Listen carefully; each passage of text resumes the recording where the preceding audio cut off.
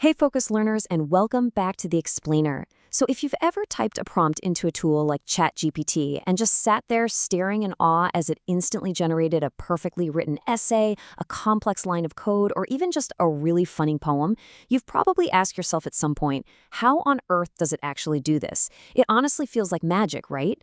Well, today we are pulling back the curtain on that magic trick. We're going to decode exactly how large language models process text, transforming what looks like absolute wizardry into understandable, brilliant mathematics. We have a really great roadmap for this explainer. We'll kick things off with the AI magic trick, move into the memory problem, and then enter the transformer.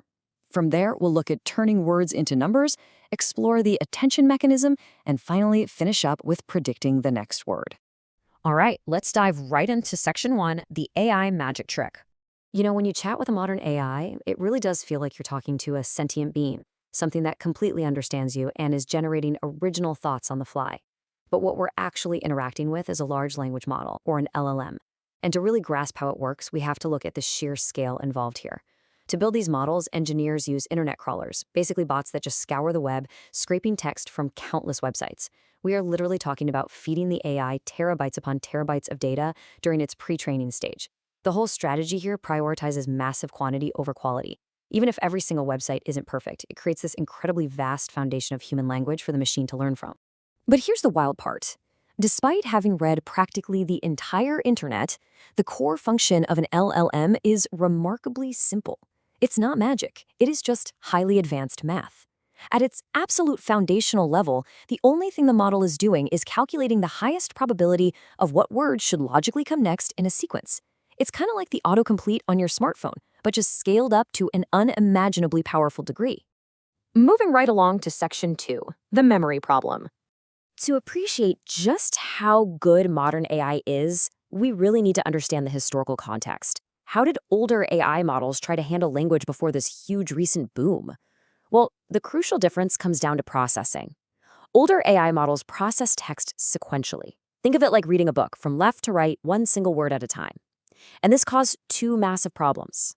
First, it was incredibly slow, because word number 2 had to wait for word number 1 to completely finish processing. And second, it suffered from a huge memory problem. By the time the old model got to, say, the 50th word in a sentence, it had practically forgotten the very first word. Modern AI models, however, process text in parallel.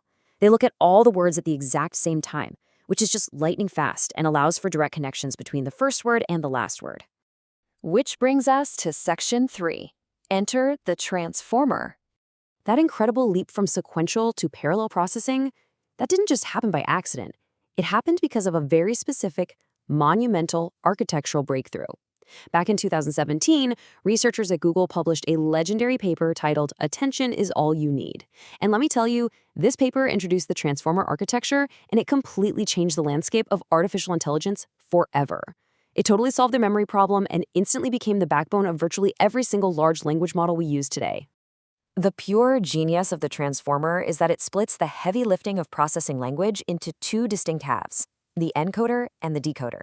You can think of it like a collaboration between a reader and a writer. The encoder is the reader. It takes in a document, reads it carefully, completely understands the context, and takes incredibly detailed notes. The decoder is the writer. It takes those notes and uses them to generate a brand new document or a response. So the reader focuses entirely on understanding, while the writer focuses strictly on producing. Okay, let's look at section 4, turning words into numbers. Now that we understand the architecture, let's put it to work. We're going to follow a single sentence as it enters the model, almost like it's on a digital assembly line. The very first thing to remember here is that computers do not understand English, or French, or Tamil. They only understand numbers. So the input text has to be chopped up into small, bite-sized pieces called tokens. A token can be a whole word or sometimes just a part of a word.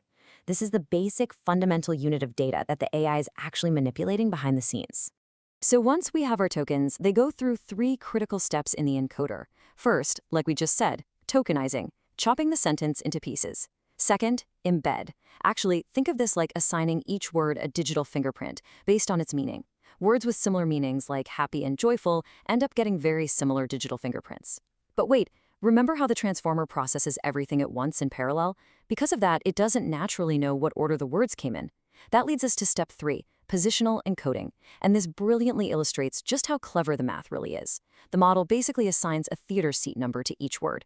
Think about it. Even if a whole audience rushes into a movie theater at the exact same time, their tickets tell them exactly what order to sit in. Positional encoding tells the model exactly where each word sits in the sentence. Moving into Section 5, the attention mechanism. So now that the AI has its words turned into numbers and sitting in the correct seats, it's time for the absolute heart and soul of the transformer, attention. Attention is how the model learns how words actually relate to one another. Let's take a simple sentence. The cat sat on the mat because it was tired. How does the AI know if the word it refers to the cat or the mat?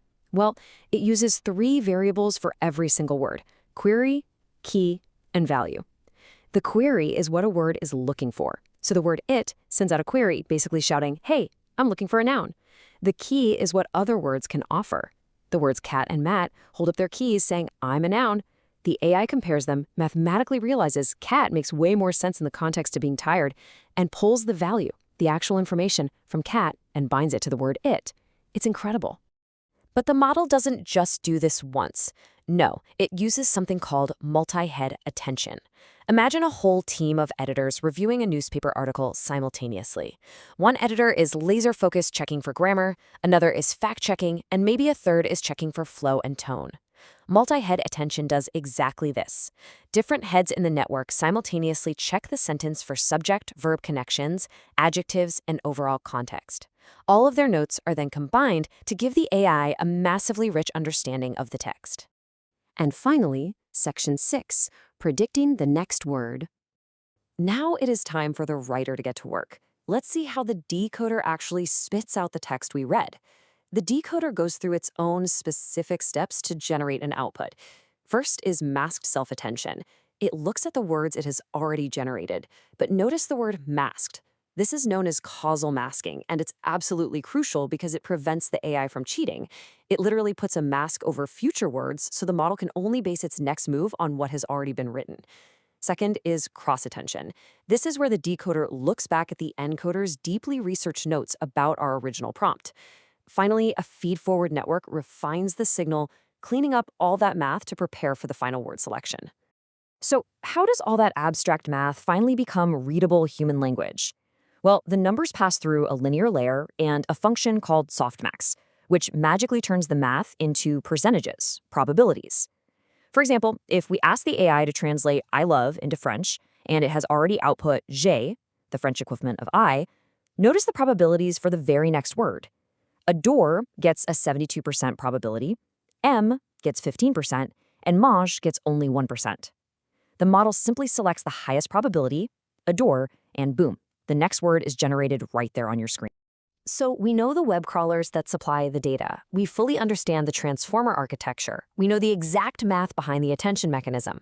And yet, the sheer scale of billions and billions of parameters creates what experts often call a black box.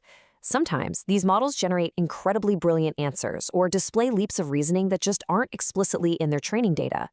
We know what goes in, and we know exactly what comes out, but that complex, vast web of connections formed in the middle sometimes entirely exceeds human tracking. Which leaves us with a pretty fascinating final thought to wrap up this explainer. If an AI is genuinely just predicting the next word based on mathematical probabilities and attention scores, how does it sometimes generate original thoughts that surprise even the brilliant engineers who built it? Are we really just seeing highly complex math play out, or is there a spark of something more happening inside that black box? Keep that in mind the next time you type a prompt into an LLM. Thank you so much for joining me today, Focus Learners.